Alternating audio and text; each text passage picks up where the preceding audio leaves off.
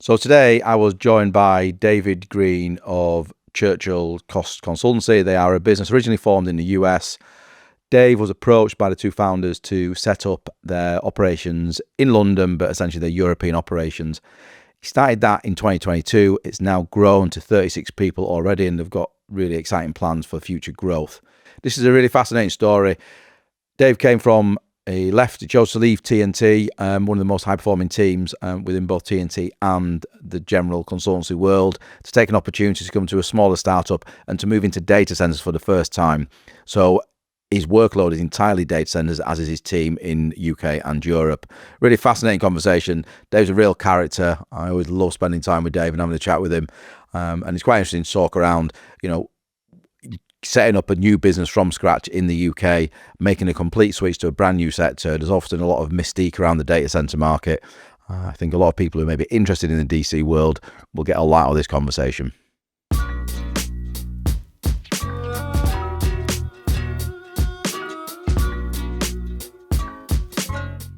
Dave, welcome to the pod. Thank you for having me. First time for me, so it's going to be interesting experience. But I'll look after you. Don't you worry. Dave, can you just give us an oversight of who Churchill are? Yeah. I believe initially a US business, and you essentially came on board to set up the UK business. I think I'm right, or UK and European business, I guess. Yeah, just about. There was some presence in Europe before I arrived, but very ad hoc. Churchill are an international business. Started in the US, 2017. By two founding partners, Mike and Luke. Interesting dynamics between them. One's more of a US consultant-driven experience, and then a UK-trained QS, both working out in the States, and sort of saw a gap in the market around a blend of doing things the US way, which is very different to the UK, but also a real blend of that cost management piece from more of a European UK approach. And ultimately, they saw that gap in the market and went out into aviation and real estate, first of all, and created a really successful product that people actually really wanted. And I think it resonated very well with some of the more American clients who still want to deliver in an American way, but being able to really provide sort of that cost support, that cost control, really helped that product grow. And again, we focused on more of the infrastructure and real estate side of things. But as we grew, we had a couple of opportunities in data centers, mainly through Luke's historical experience with some of his connections going into DC. The US, we do still drive a bit more of a focus on real estate, infrastructure, and data centers. Data centers being more of our sort of heavy percentage of our revenue. And then in 2022, Mike gave me a text, because I knew Mike from when I was out in the States with Turner and Townsend. Dropped me a text and say, we've got an opportunity to really start and grow our presence in Europe. I've done a couple of sort of fixed price contracts, fixed price scope pieces of work. But I had a great opportunity, had a good chat with Mike, and there was a provisional offer, I think within 24 hours, 36 hours, which we discussed, and in principle we agreed pretty quickly, and we started from the UK, and it sort of all grew from there. Sort of 3 years ago, maybe 3.5 years ago, April, I think it was April the 9th I started, 2022, which has seen us go from myself in Europe to about 36 people. Right, brilliant. Hopefully, probably people under contract, pushing 40 by the end of the year. Right. I got across 6 or 7 large sort of blue chip DC clients. We're really focused on the data center industry at the moment. Just we're seeing great growth in there. Really able to build some solid relationships, and ultimately our product of real great quality people. Being able to have instant access to people who can make decisions, and if something's not going right, we can fix it very quickly. If something's going well, we can jump on that, and being nimble to be able to continue to do things really well, or try and transfer that into another part of the business. We've just seen some great success around there. Again, we focus mainly on project management, project controls, and cost management. So we work across all sectors, but again, mainly focused on sort of the cost management piece. Is probably our bread and butter initially, but again, project controls is a very heavy piece for us, and we see that as great growth. And future business wise, like, we're looking to grow with the 3 years. Every year we've grown by over 100% every year. Brilliant. We're probably going to do that again. We're going to do that this year, and looking to put plans in place to have some steady growth next year. Whether we hit 100%, whether we want to hit 100% is always a challenge when you're starting to get up to the numbers of sort of 80, 60, 70 people structures. And again, maturing as a business, I think is a real key thing for me. Yeah.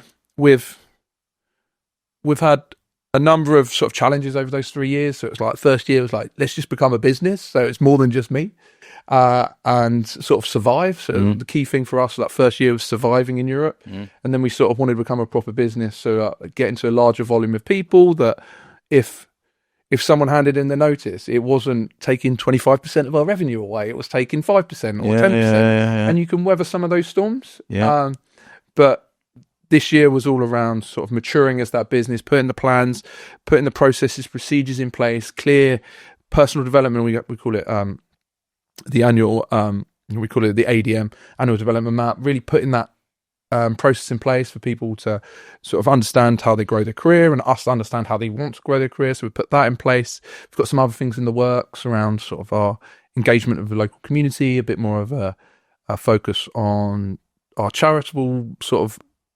plan and sort of charitable strategy, because historically we didn't have one. It was like, cool, if you want to go and do something, I will match the sponsorship up to 500 quid. And that was sort of it for the first 2 years. So again, maturing with those processes, which we've been doing this year, and going to look to do that next year as well. But yeah, it's been really exciting. It's very different to where I was before. So let's go back to that, because before we came on air, me and you were both talking. I guess it's fair to say we both have, obviously they're my largest client, but we both have a lot of time and respect for Turner and Townsend, and absolutely amazing machine. Everything that seems to touch turns to gold at the moment. They're doing incredibly well as a business. You were in that machine. You were in the infrastructure part of the business in London, which is, arguably created some of the most senior people now within that business globally.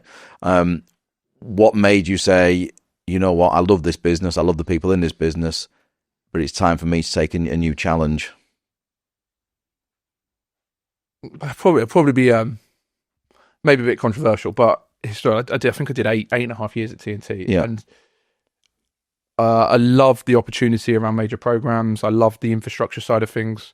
So before I started Churchill in the data center, started to grow the European business of a DC consultancy.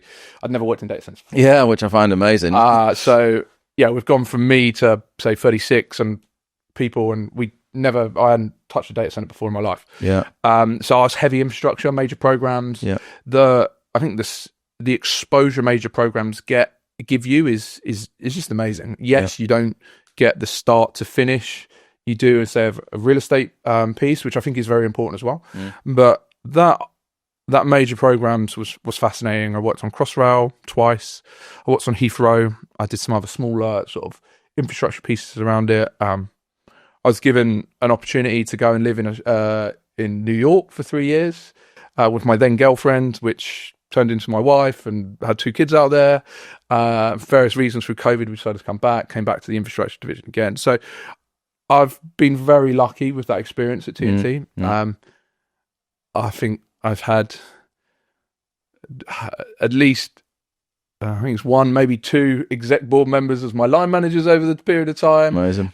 So I've had, and most of the senior leaders through it have been my line manager at some point, because of coming from that infrastructure piece. Yeah.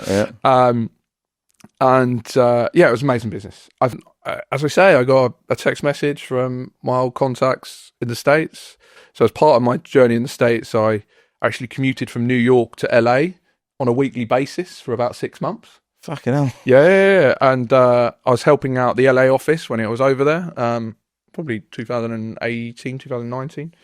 And I met Mike and Luke, and They just started the business actually, and I gave them, we needed some resources, Turner and Townsend, and they supported us in one of our sort of key projects out in LA. So again, they laugh and joke and sort of say like, I almost gave them their first bit of work. I think it was like second or third bit of work. Right. So it's amazing. Full circle, came back. And I've always had a really good relationship with Mike and Luke.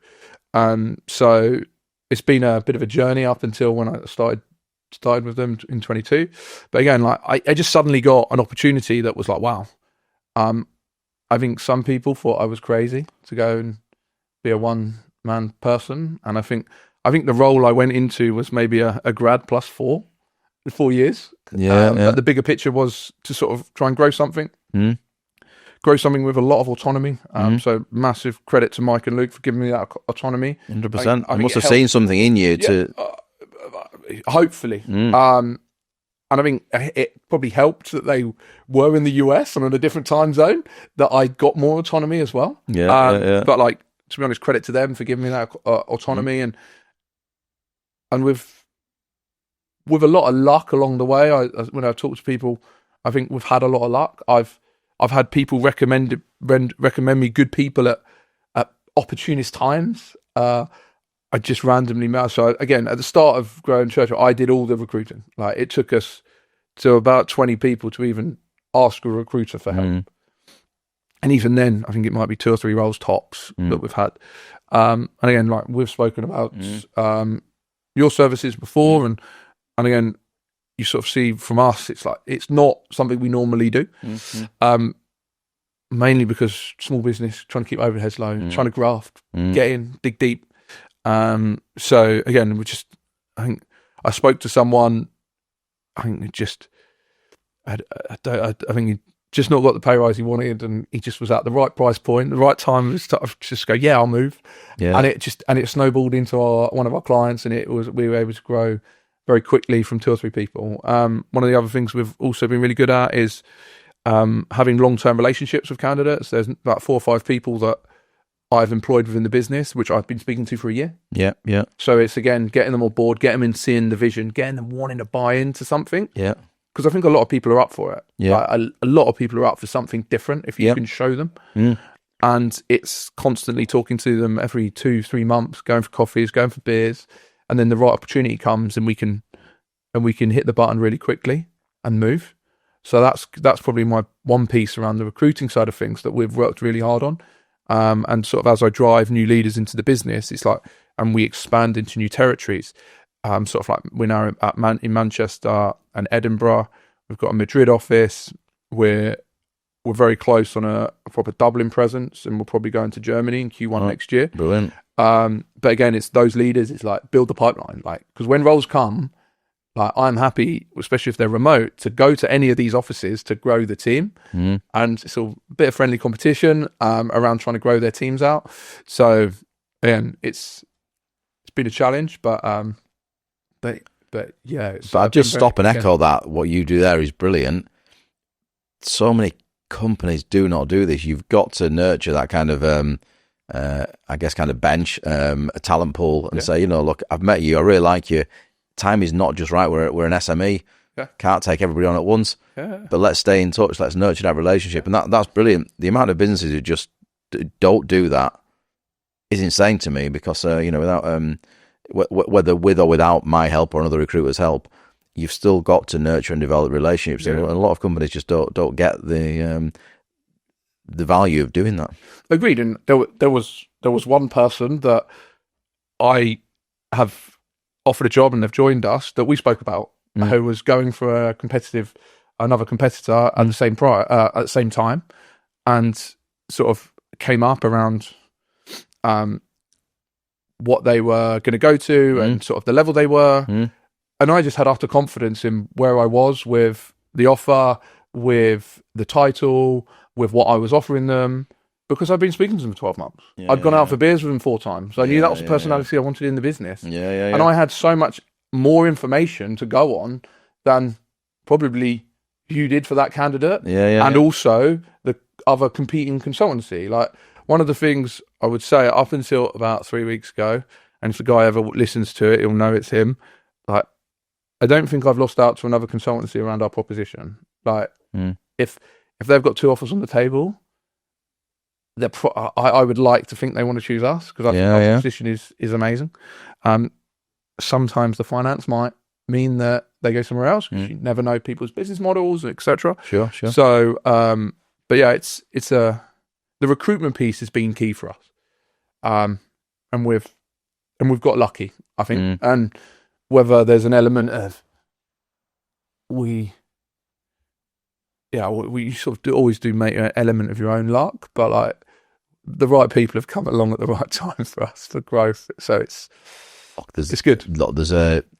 I think growing any business, there has to be a degree of luck sometimes, but also you also probably underplay it. There's also probably a lot of hard work. There's a lot of effort. Like you say, you've nurtured some of those relationships which others don't do. So, and we've had one client recommend like 4 people from his own football team. So I'm building half a football team. At some point when we join a 5-a-side league or go into a QSing or consultancy 5-a-side charity game, hopefully we're gonna win. Finally win something. We go for these awards and never win them, so hopefully that team can go and win the 5-a-side tournament. But amazing. Good. Yeah, it's good that people want to recommend us as a business. They don't want to. They might be happy with where they are in a client organisation, but they're like, oh, actually, well, if you want to move, like, talk to them. Like, they seem to be sort of doing the right things. So that's good, brilliant. And the thing I found really fascinating, we're speaking to you about recruitment, Dave, which I think there's a really funny thing when you speak to anybody you speak to any company recruiting within the data center market. There are some who are absolutely adamant we need people with prior data center experience on the CV, and arguably, and this I don't mean to be well, fuck it, I'm going to say it. I was going to say, don't be disrespectful. I'm going to be disrespectful. As I'm sure you've met in your time now, you're in the DC world.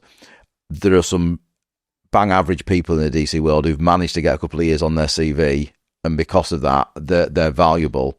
Whereas you've come from a different strategy, I think. And so some of those companies will only recruit individuals who've got data centers on their experience. Some of them are overpriced and probably not that good. Whereas you've come from the attitude, I just need a really good cost manager QS who gets it.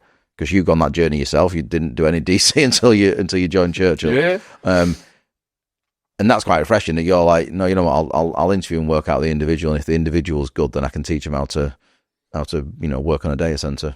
I think what you'll find, some of those clients that are doing that are probably new into the DC market and probably aren't with the flagship DC clients. So they're going for some of the smaller clients, DC operators, DC builders that are very focused on that, because that's what they believe, right, we're paying a premium, we want that.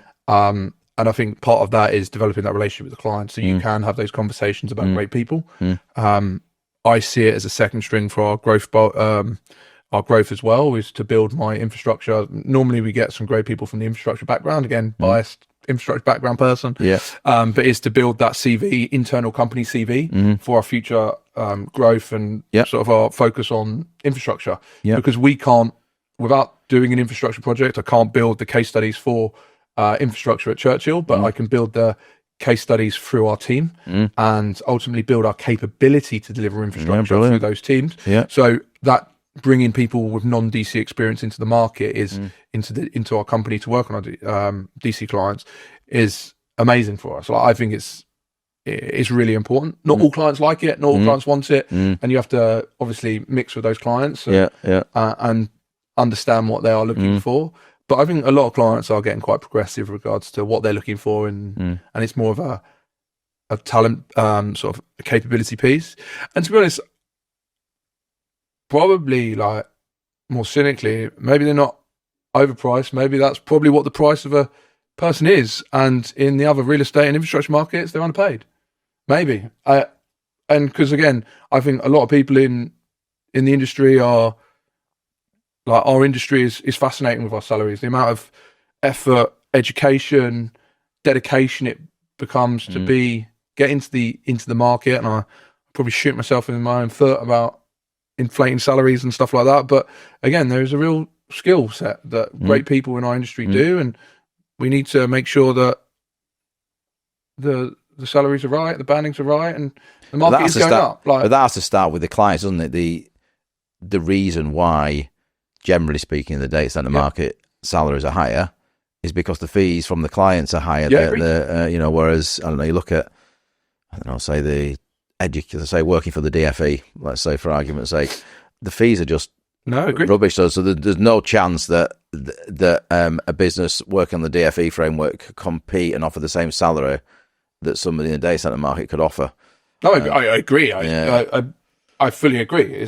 There's got to be a real reason why you go into those markets. Yeah. Like one of your posts recently I found quite fascinating was where the average fee per head sat. And I sort of looked at that and I was like, interesting. And I think your synopsis of it, if you're down at that lower bracket, like it's going to be tough. It's a real grind. It's a real tough piece. And is that work-life balance and that work culture going to be as good in that company as someone who's sort of maybe in the middle of it? Or so, I think it's a tough one. But again, people want to go into the DC market because of that, and I want to be in the DC market because of that as well. 100%. It makes a lot of sense, doesn't it? At the end of the day, go after the sectors that are going to pay the money. And I think you do that with regards to like focusing on recruiting more in the DC world as well. Like it's a 100%. Booming industry. It's another string to your bow. Like there's a lot of growth going to happen there. 100%. Well, just logically where this is all going. I know we've had this, and maybe we'll touch on that now. Actually, the data center market probably 18 months ago globally was probably busier than it is right now. There's been a bit of a lull where everyone's panicked around Microsoft and they've slowed down on some of what they're doing. Well, naturally, and I'm still very much a layman with all this, and probably most of us are if we're not properly in the middle of it all, but it's just that they're having to recalibrate and go, right, an AI data center is very different to a traditional data center, and we've got to recalibrate the design, but then we'll go again. I think these large organizations, these hyperscalers, are always looking at what to do next, and they would probably say they're very agile. They're happy to change their mind quickly and move the direction. And I think what you're finding was some of the larger DC hyperscalers sort of just took stock, understood, right, was trying to understand what's going to go next and go again. I do see the market still going, but again, like as everything, like as the industry of the DC market matures, I think quality will just continue to get more and more important. Yeah, absolutely. When it comes from a DC developer delivering a better product for a hyperscaler to buy, or to sell their space in there to more of a retailer, like the quality is just going to get more and more important. Especially as some of the larger DC hyperscalers are building at such scale.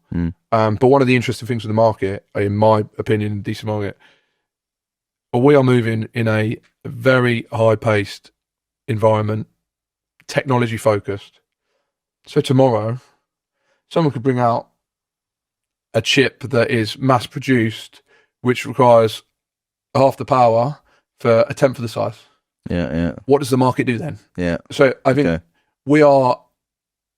there is an element of we are at the mercy of technologies growing, and yes, the need for data is getting bigger and bigger. When a new AI model comes out, like it's, again, more data is needed. But again, as technology progresses within the DC sort of and the actual build, like it will change again. Like what we're building today is not going to be what we're building in 5 years time. Yeah. I can't tell you when. Not because I don't want to tell you, but I don't know when that will change. But at some point, it will change. And then there'll be a complete review of how they're building their DCs and their the process, and it will change again. But the market, I feel, is very strong at the moment. But again, like anything, I think quality there'll be some winners and losers, and quality will be what really sort of wins out at the end of it. And you see that with a lot of sectors. Like, I don't know, you take, for example, let's say commercial developer in London at the moment. There are some businesses having a torrid time with that at the moment. Yeah, there are some of my clients who are absolutely flying in that space. Yep. And what they're doing is they've just got a higher quality of what they're doing. They've put a lot more effort into the relationships with their clients. they do an amazing job for their clients. And whilst they technically, because they're an SME, in most cases only own a smaller slice of the pie, it doesn't matter because it's still a big enough slice of the pie for where they are as a business. It's a lot more kind of easy to keep, in your case, kind of 36 really good individuals busy than maybe it is to keep 200 people busy. Yeah, I can imagine it's space.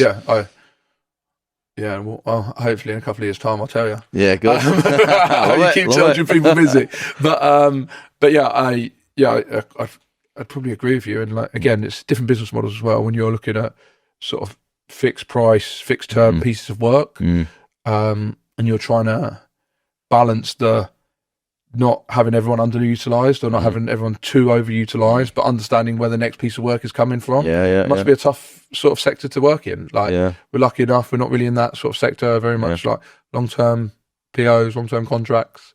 So we get a bit more of, probably a bit more risk averse, and a bit less risky. And maybe not quite as sort of boom and bust on it because it's not suddenly loads of work. So that's interesting. I've not thought about that. So generally speaking, if you jump onto a project, if you have some of your team allocated onto a project, what's the typical length of that project? I appreciate it will vary.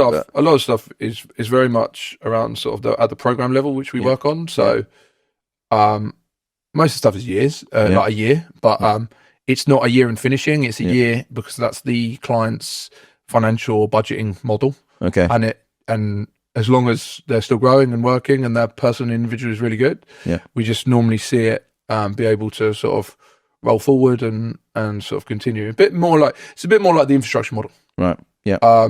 So it's good. Yeah. So while the projects are going to continue over cycles, so as long as you've got people embedded who are good, then they'll stay on the hopefully. Project. There's an element of that, but again, it's hard to. You can't rest on your laurels with it. It's around keeping those happy and ultimately driving the conversations and providing that back of house support to sort of continuously bring in new ideas. And I think that's where sort of, again, consultants are key for, and giving the ability for clients to sort of grow very quickly without the burden of full-time employees. But also one of the key things is about bringing learning from other clients and sort of the ability to sort of be able to help grow and improve them through our learning experience elsewhere. So, good. So, London, Manchester, Edinburgh, talking about, and so you say you've got an office in Madrid. Did you say Madrid? I've got an office in Madrid. Okay. It's a small office in Madrid. And you're about to open in Dublin, or you're about to open in Dublin in Germany? We hope to open in Dublin sort of Q1 next year. Yeah. It might come off, it might not. And then maybe look to a Central European market, maybe Germany in sort of Q1, Q2 next year as well. But again, very much client sort of it's aligning with our clients. It's finding the right individual to go and lead those, because again, one of the key things for me is trusted individuals going to lead those offices. And I've got really lucky with the people I've got leading Edinburgh and the team out in Madrid and Manchester that I sort of have confidence in those. The Manchester guy I've worked with historically when I was in the States, guy in Edinburgh, again, we spoke for over 12 months about it and sort of build that trust. And it's a great proposition to bring on these people, to give them something to really get their teeth into and the autonomy. They get the autonomy to grow what they want to grow. And support from the sort of central team. And we don't mind where the resource sits if it's a more of a remote resource, and there's no criteria for it to be in a certain office. We don't mind where it sits. It's like, as I sort of said earlier, it's like, build your pipeline so you can react quickly and get great people in to build your team. And Right. So how are you managing that? Obviously, it's still a small business at the end of the day. The UK and Europe is a small business. 36. You've obviously got the guys in Manchester and Edinburgh leading those offices, which again are small at the moment. But that must be a lot of pressure on you. And now if you're going to throw Dublin, Madrid, somewhere else in Europe into the mix, that must be a lot of pressure on you to manage all of that and lead all of that. I think it's shared all with the partners anyway, isn't it? Like, so the partners will sort of help where needed and everything. So it's all shared, but I think it's about finding those trusted people, and Yeah. and the way we move into new areas is very much around fully utilized resource on the back of clients. So the pressure isn't really there. Like maybe it's not massively profitable if they stay with one person. Yeah. But we're not investing huge sums of money into a region to lose it. So I think we are quite risk averse when we jump and when we move. And yeah, it's built off the back of really good people, people we think can go and lead it. Good. Sometimes it might be an internal transfer to go and sort of lead one of the offices. Again, I think every office we've currently got has come from a recommendation rather than or internal rather than a sort of a completely fresh person into business who've done 2 interviews an hour each. Which sometimes that's what you get when you're making these decisions. It's hard. Absolutely. So like it's hard to make those calls. So I think that's where we look to. I think it's being able to trust people is key. Yeah. To take that stress away. Yeah. It's a different type of stress than working for a large consultancy where I know all the mortgages are being paid at the end of the month, and like it's just small business. You're ducking and diving. You want to do the right thing for your people. Yeah. I think the people piece is what's been the most fun for me. Like, we've got a great place to work 2 years in a row, like, which was sort of a really pinch me moment that everyone in the business thought it was great. I think the key scoring metric is, all things considered, is a great place to work. We've got 100% both times, which is just phenomenal for us. I think our lowest score the last time was 97%. So what do you think you're doing right that others are maybe doing wrong? I don't know. I honestly don't know. I think I feel like I'm quite an approachable person. I like to build quite good personal relationships with people. So I think that might help. But again, a lot of it comes down to the engagement from the managers we've got. And I think people genuinely believe we care.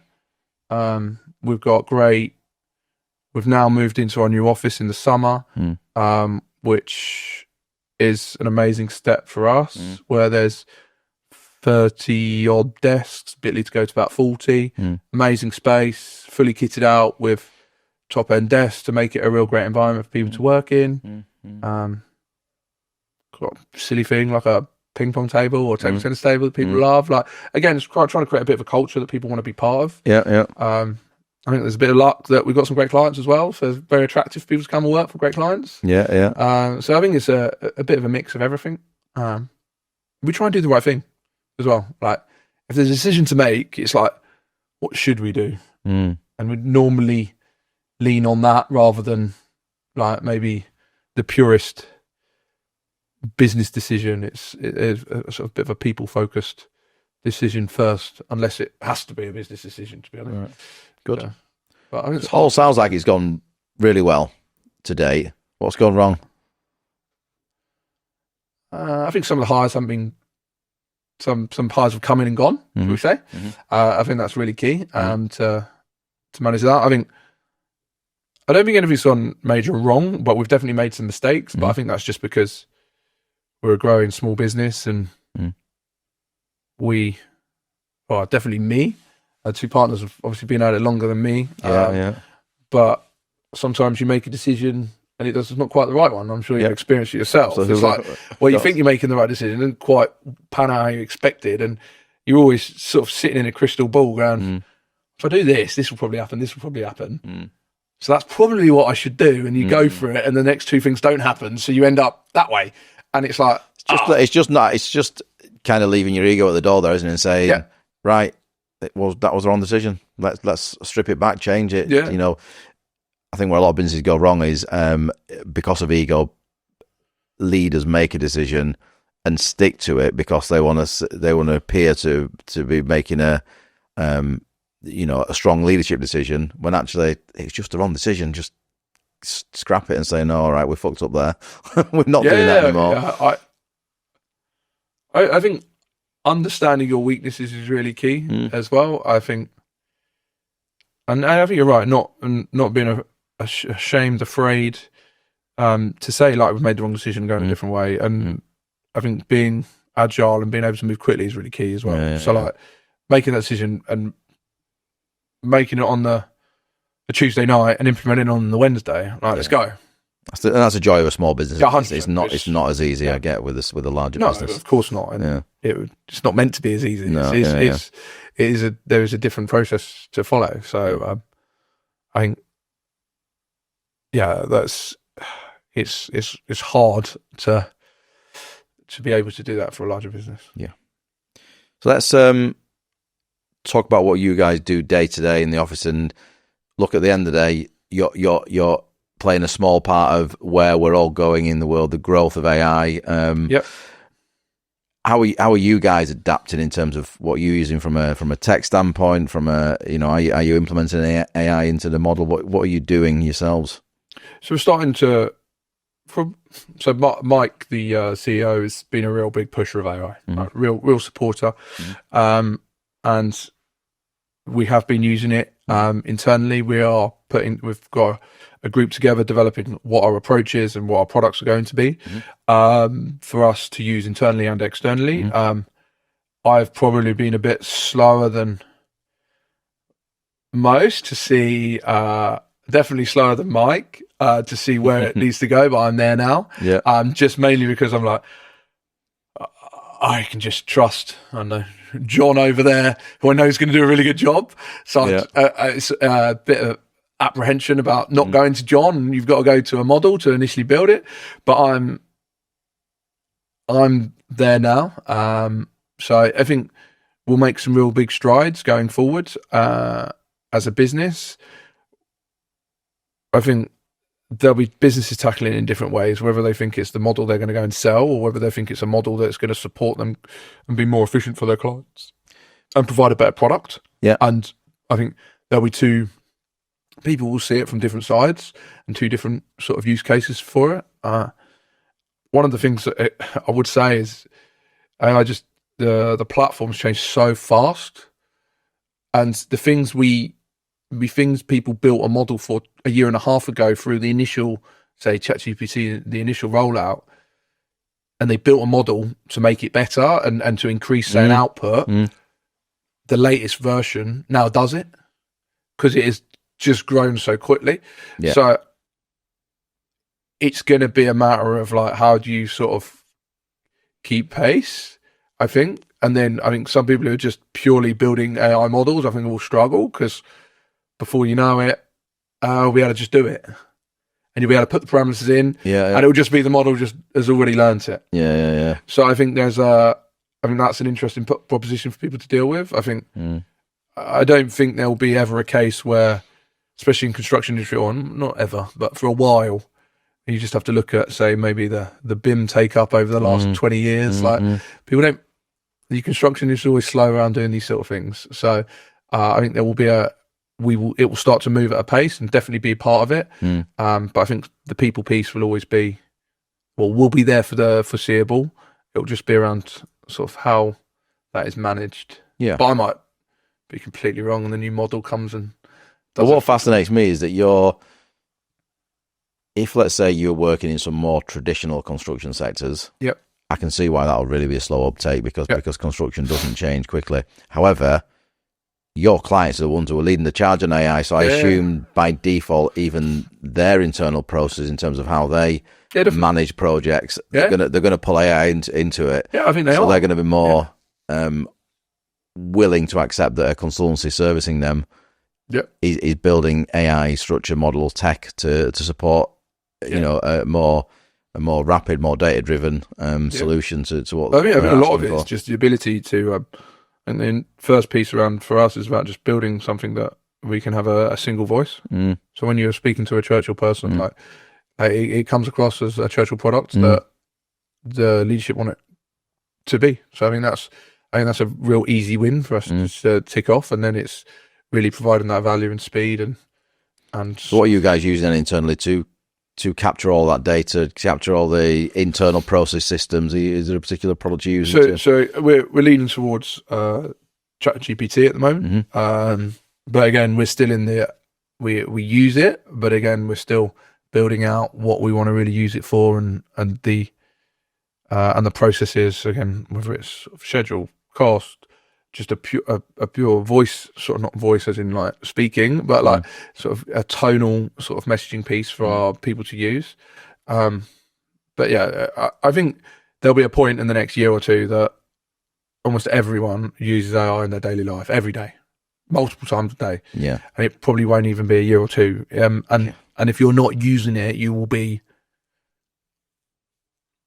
impact your productivity. But how you use it is always going to be the challenge and the constraints around it. Yeah, no, 100%. And for someone dyslexic like me, like even just on my email piece, it's like game changing for me. Yeah, so it's course, even that simple piece is just something that, I don't know, spell check never really works for me because if you spell a word right but it's the wrong word, it don't really pick it up very often. It's part of all of that really. So I think that's the sort of thing that I think will change some of the talent being able to succeed in the market. It might change that demographic a little bit around someone maybe. So do you use more of a kind of audio interface? Do you talk to ChatGPT? No, so I don't talk to. So I think the piece around that is just about some sanity checks when when I'm doing a LinkedIn post. It's just a sanity check for I've got what I want to say, but just it's bloody embarrassing to a spelling mistake in it and stuff like that. So that's sort of an element of what I use it for. Just obviously we use it for a lot more, but like that's the initial use case where everyone will just be using it like instantly, especially as the buttons appear on your if you use Gmail or if you use Outlook, the buttons appear around sort of polishing of an email, etc., etc. Like that will just be common occurrence, and I think everyone will get on board with that a lot quicker than we think, and then ultimately internally the products etc. will just build from there. The really fascinating thing with AI, whether it be Gemini, ChatGPT, etc., Grok, whichever one, they're all really accessible to anybody. And so whereas a lot of other software would have been, I guess, kind of hidden behind a lot of expensive software licenses, so not everybody has access to it. The reality is now anybody, whether they pay whatever $20 a month to get the higher version of something like ChatGPT or otherwise, anybody can use it and start to learn it and get their head around it. So I think that's going to be a game changer for everybody. I guess equally on the flip side, if everybody's using it, there's got to be some controls put in place to make sure that you're not using it the wrong way. Yeah, there's definitely questions around that. You just look at some of the news articles around some of the mistakes and stuff like that. And there's got to be controls around it.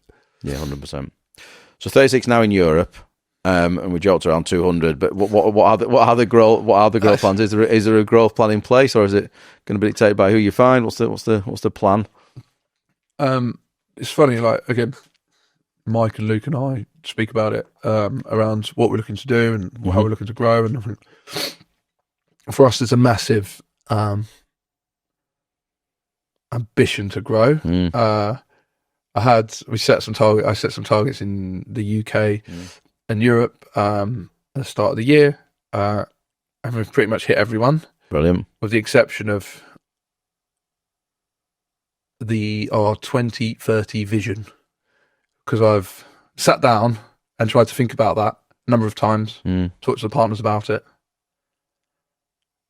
But if I'd have sat down 3 years ago and said, in 3 years' time, you'll go from you to with the support of the US business, again, being able to transfer clients and working as a one global business, like with their support, obviously, so it's not just me starting afresh. It's really not. It's the support of the US business as well that's driven it. But like to get to where we've got to in 3 years, like I wouldn't have said that. People would have said I was absolute bonkers, including yourself, probably. Yeah, and you can write anything down on a piece of paper you want, and I think for me, like I've just really struggled to again what the market's going to be like in 2030, and I've come from I've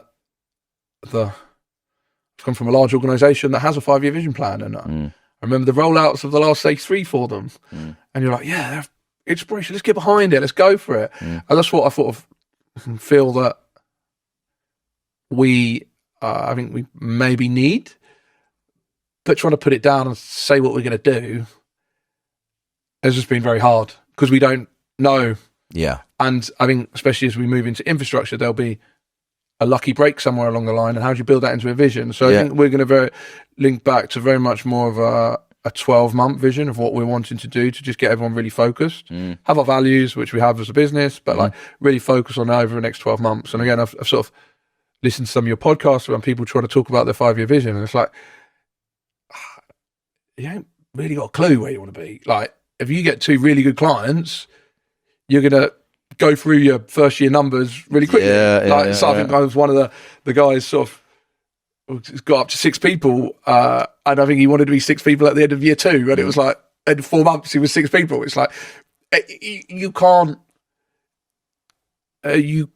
put that in a vision. I find the numbers and the growth very hard, but where we want to be, I think is a bit easier. But again, like really, we'll look for a 12-month focus rather than an overall 5-year vision. Okay, yeah. Which subject to change, like everything, and I might change my mind tomorrow, and Mike and Luke might sit down with us, and we go, and actually we do need it, and we look to create something. But it's just very hard. Like I'm not saying we will, but if we go from, say, call it 35 to 70 people at the end of next year, and I come back on this podcast and we're 75 people, like I can't put that in a business plan. Like it's a different vision for going forward for 2030 again. But if we're still 35 or 40, because we've had real just steady good growth, we've lowered churn, so there's not much churn, and we've had that 4 or 5 person growth, so it's good percentage growth, then maybe the vision for 2030 would have been useful. But it's very hard, in my personal opinion. But it's fascinating, isn't it? Because I agree with you. I think probably setting out a 5-year business plan is like literally you're just like, well, you're taking a guess, aren't you? You're taking a punt on what you think it'll be in 5 years. But equally, there's a lot to be said for having strategic plans, visions, because there are certain businesses that have continued to grow year on year on year. There are other consultancies that just don't do, or they reach a number and they seem to just suddenly plateau, and they can't break beyond it. Yeah. I think you'll find the ones that can't break beyond it probably haven't diversified into lots of sectors. So they just concentrate on info, concentrate on DC, or concentrate on real estate. And they don't quite have the full diverse sort of pipelines. But I also know some of these larger companies, some of how they set some of their visions for their sectors was down the pub over pizza, and they made a number up. And they go, that sounds a cool number. And I know that for a fact because I've been told it. And it's like, so it's when you get to a certain size, I think it can provide a really good, like, just North Star approach to where you want to get to. And there's no structure of how you get there. But when you get to a certain size, I think the 5-year piece comes a lot more sort of useful, and you've got so many people to guide and get on the same bus and get driving in the same direction. Like, I think they become a lot more useful. But again, I think around sectors and stuff like that, I can see why that would be really useful and things like that. Yeah, some of it is around strategy, isn't it? Around sectors and intent to be part of a sector and get into a sector. So, like you say, if you want to get into infrastructure, there's going to be a degree of some luck and the right opportunity to come along. But equally, there's going to have to be a strategy for saying, right, we're going to dedicate some time and effort to get into that, because as you know from your previous life at TNT, it's that, you compete with some very big organisations who are very good at what they do there. So you have to have a strategy as to how you crack that. Yeah, and again, one of the things I say to my team is, like, for us, a one person win on a commission is like, I sort of class it, we're popping champagne. If we get a new client with one person, or an existing client goes to a different department, you get a new one person. You're popping champagne as a small business for that. But like some of the largest organisation, it maybe doesn't even reach the board unless it's 50 people. It's just a different model. So like, I'm not saying we are popping champagne every time, but it's like, it's that sort of that piece of celebration. But what you've got to do is big part of the business, and is just celebrating those tiny wins so that everyone, remains motivated and feels recognised as well. Yeah, definitely. We do a lot of socials. Christmas parties are big for us. Well, as you can see, my attire is quite casual. Office attire is casual in our current clients. So Christmas, do a big black tie do. at Christmas, which I love. Hopefully the team loves it. Some people don't quite like getting dressed up as much as maybe I do, but yeah, it's again, celebrating those pieces is really important, and they're driving that sort of culture for them. Success is what success is. I think it's important. Yeah, brilliant. Dave, listen, 36 already, and I'm sure you will. I'm sure as much as you're like, we'll see. I reckon it'll be more than that. I reckon you're going to keep on growing and growing, because there's clearly, you're doing something clearly right. Brilliant to hear that, your team on the whole love what you guys are doing as well, which is absolutely amazing. And that's a big part. I think you've got to be able to take them on the journey with you, haven't you? And so I just wish you continued success. You absolutely keep on hammering it and keep growing. Yeah, I think there will be challenges. We've done very well on retention this year. Like, that, I think that's been key, and hopefully we continue on that. But I think that will change, and we will hit some stumbling blocks probably around that. But again, it's trying to tackle those challenges with the right approach and the right way. So it's good, exciting. And hopefully we continue growing. But 100%, you will do. Right, last question I always ask everybody is, who has been your best boss or mentor in your career? So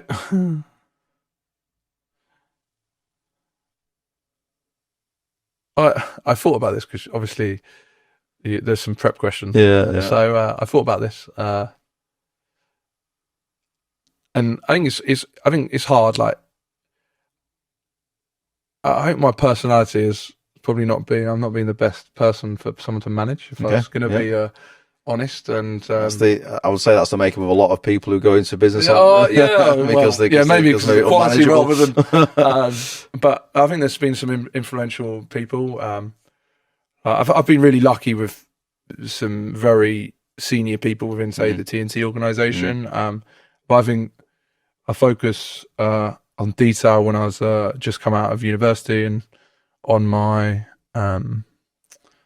as it was in my gap year for sort of my sandwich course as QSing, was a guy called Barry, who was probably in his 60s back then, so 16 years ago.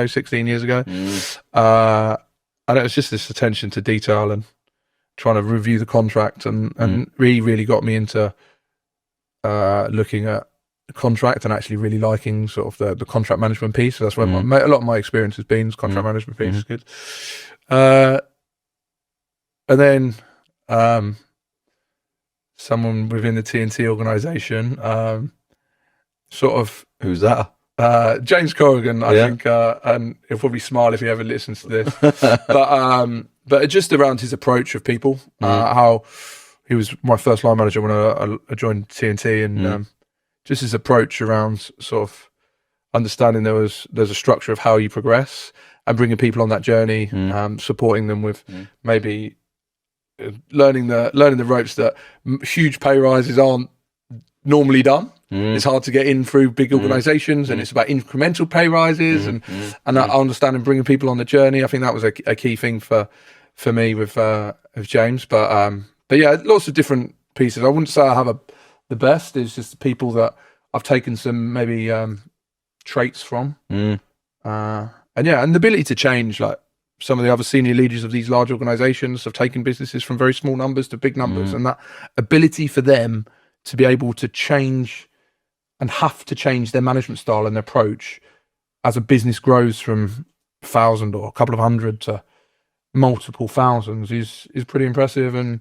I think is an amazing skill. So like, as we grow, hopefully I learn to change. There might be a point in time that I can't go any further because I've maxed out on my talent, and you have to sort of, hopefully there's talent coming below and sort of going, take it on, go for it, like, and that might happen. When that is, I don't know. But well, for sure, you're on the cusp of it now, aren't you? In terms of the European business, that at 36, certainly grow up to say 20, you can have you can really know all of your staff. You're probably at the cusp now where that's starting to get more challenging because there's not enough time in the day, the week, the year to have enough of a detailed kind of working relationship with each individual. So then you are definitely going to have to start relying more on a tier of management to support you with that. And that then comes down to, again, what you find a lot of businesses get wrong is that the message gets diluted or maybe Yeah, companies make some wrong hires in the management ranks, and then the culture does start to then get tarnished. I completely agree. Yeah. It's going to be a challenge. Yeah. It's. There's a challenge to make sure that the people are following your vision and following what you're looking for. So, I think that is definitely important. And again, we just have to tackle those challenges. And being a nimble business, I think we need to be able to act quickly on what those are, whether it's good, whether it's bad. We just got to act quickly. Yeah, good. And hopefully that is what stands us apart and good gives us the opportunity to succeed. Good. Well, listen, I wish you all the best. Thank you very much. Thank you for being on. An experience. We enjoyed it. Yeah, perfect. Nice one. Cheers, Dave. Thank you very much.